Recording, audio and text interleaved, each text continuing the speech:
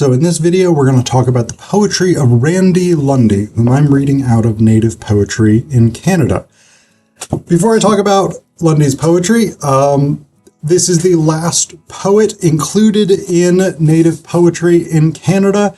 It has taken me over a year to read through the whole thing and make videos about each poet whose work is included. If I had sort of sat down and just done this straight, I could have done it a lot faster, but I basically was sort of working week to week throughout much of the school year. It's been a long journey going through this book, and it's been so much fun. It's been so interesting to read these various poets' work. It's a super rewarding collection. I would definitely encourage you to pick this book up. It's from Broadview Press, one of my favorite presses. Yeah, really, really good. So, on to Lundy himself, or his poetry, rather. So, Lundy is from the Barren Lands First Nation, and a lot of his poems are fairly short, which I actually really appreciate. I tend to prefer shorter poetry over longer poetry. And a lot of it deals with sort of interconnectedness. So one of the things that he sort of says in this bit, so within this book, and I haven't made much use of this in terms of the videos about the poets, but each poet is introduced with sort of something that they've said or written about their work, and then the editors, Jeanette C. Armstrong and Lally Grauer, give a sort of additional biography, critical context, etc., etc. So one of the things that Lundy says in the bit that's included in the opening here is, whenever I needed solace or refuge, I sought it among the animals, birds, rocks, plants, trees, and waters, all of them animate and articulate. It was under the tutelage of these creatures that I first studied the confluence of the mind, soul, spirit, the body, and the landscape, including all of the creatures to whom it is home. Nothing I have seen or experienced since has convinced me that reality is other than a confluence, all things flowing into and out of one another and an inseparable part of one another. So this becomes really central to Lundy's poetic style, is this sort of sense of interconnectedness and sort of shared being, shared existing, something like this, right? And this is actually a pretty common First Nations and Native American philosophy, at least in North America, among North American indigenous peoples, right? The sort of sense of interconnectedness and the equal ethical footing and responsibility for dependence upon existence within the world of the human, the world of animals, the world of plants, the world of the spirits, right? This sort of sense that each of these has equal ethical weight and value is central to a lot of indigenous ethics in North America and elsewhere in the world. But for the purposes of Canada, North America is the relevant area, right? So this is sort of demonstrated through a lot of Lundy's poetry with these sort of blending, almost sometimes dreamlike or vision-like blending of different images, different sort of levels of existence, whatever it is, right? So you'll see this as I start to read some of the poetry to you. So the first one I'm going to read you is called My Lodge. This is the first one that's included in this collection. So, My Lodge. This will be my lodge, skin stretched tight over bone. This I will call my home, sacred place I cannot leave. No light visits me in this womb, thick with hot stone breath. Moonlight beats in the ear of the world.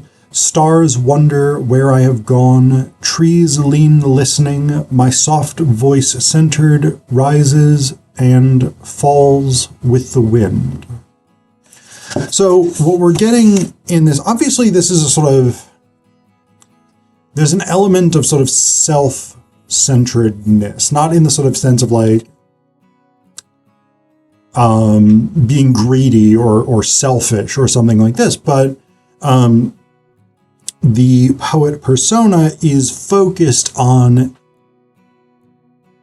their existence, their own existence, right? I am this physical body, but the physical body is not separate from or isolated from or external to the world. It functions within the scope of the world, right?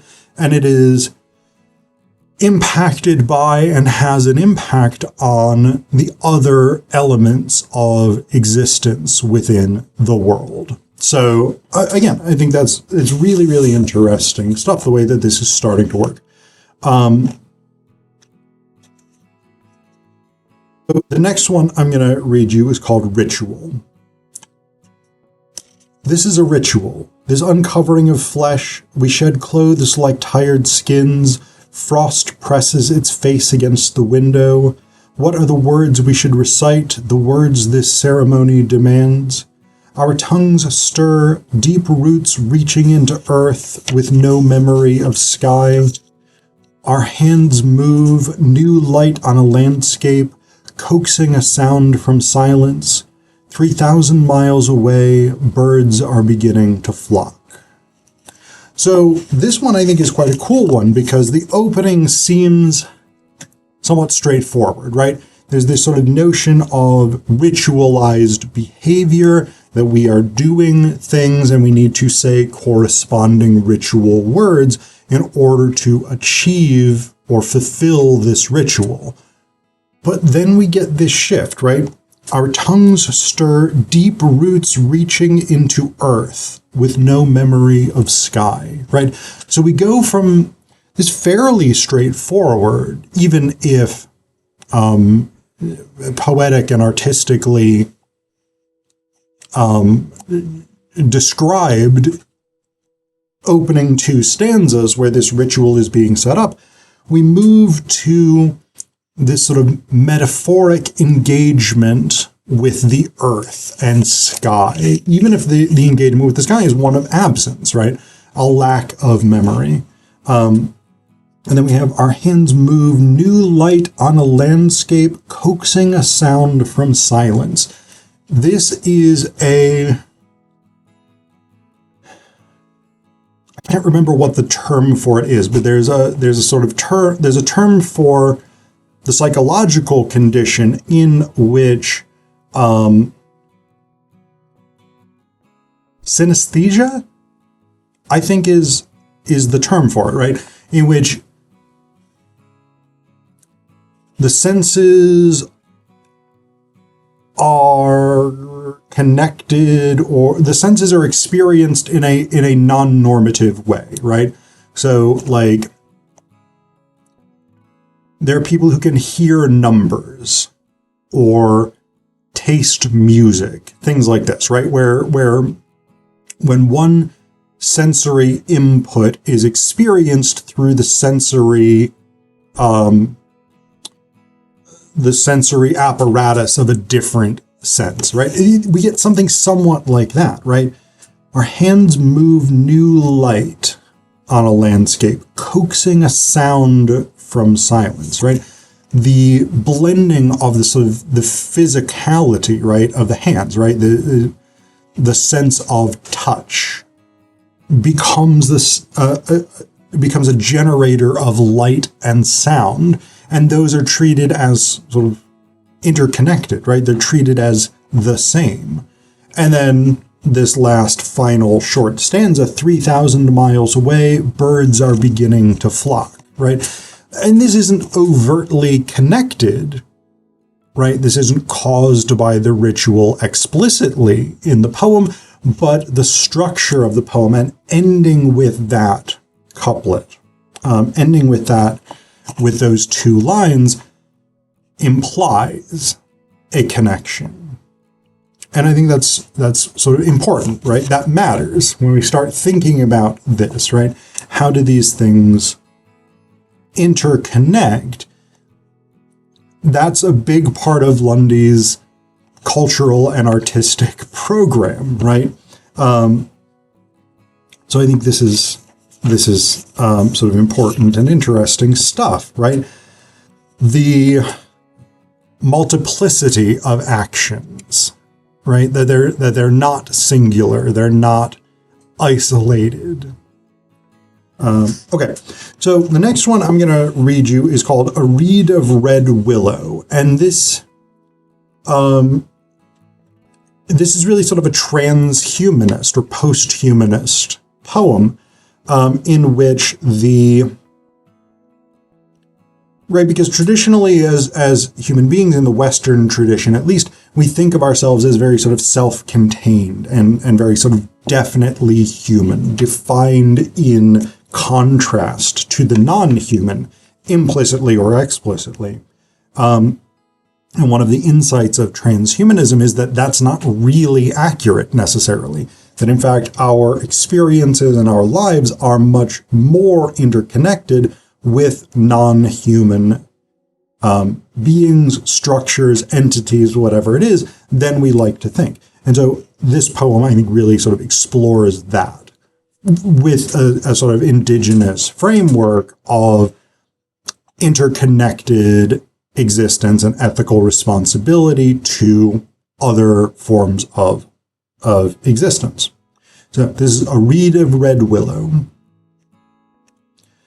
A reed of red willow, stripped by the teeth of a beaver, white as stone in the sun, slender a flute, the notes it sings into black night, white and slender as a bone in the wrist of a woman you love. Right, so that sort of connection between human bone and the willow, the reed, right? The fauna and flora being linked to the human and the human existence, experience. Bones, the skeleton that literally structure us as human beings as such, being sort of implicated in the world of plant and animal life, right? Rather than being sort of conceptualized as something separate and distinct and distinctly human. I think it's a really, really interesting approach. And again, this is a lot of what Lundy's poetry seems to focus on, is this sort of idea of the interconnectedness of being